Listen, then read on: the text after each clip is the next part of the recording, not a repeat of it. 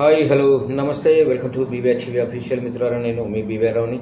తన రాజకీయ జీవితంలో ఇంత దుర్మార్గమైన ప్రభుత్వాన్ని ఎప్పుడూ చూడలేదని వైసీపీ అధినేత జగన్ మండిపడ్డారు.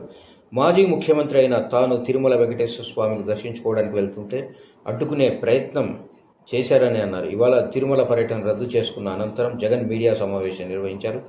ప్రెస్ మీట్లో ఆయన మాట్లాడుతూ దేవుడి దగ్గరకు వెళ్తుంటే అడ్డుకునే కార్యక్రమాన్ని ఎప్పుడూ చూడలేదని చెప్పారు. జగన్తో పాటు వెళ్లేందుకు అనుమతి లేదంటూ వైసీపీ నేతలకు నోటీసులు ఇచ్చారని ఆయన దుయ్యబడుతున్నారు.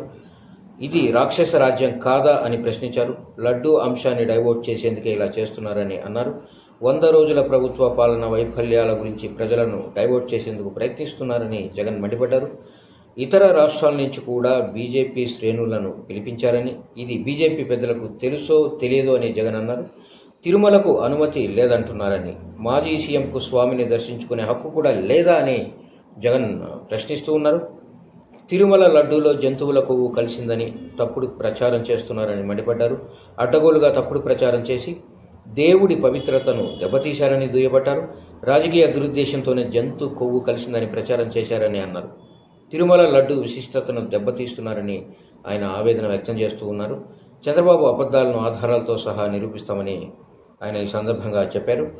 తప్పులు చేయలేని విధంగా టీటీడీ వ్యవస్థ ఉంటుందని జగన్ చెప్పారు. ప్రసిద్ధిగాంచిన వ్యక్తులే టీటీడీ బోర్డులో ఉంటారని, వారే నిర్ణయాలు తీసుకుంటారని అన్నారు.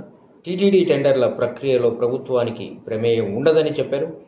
టెండర్లలో తక్కువ కోట్ చేసిన వారికి ఆర్డర్లు ఇస్తారని తెలిపారు. టీటీడీ చరిత్రలో తొలిసారిగా లడ్డూ శాంపిల్ను గుజరాత్లోని ల్యాబ్కు పంపించారని జగన్ ఈ సందర్భంగా చెప్పడం గమనార్హం.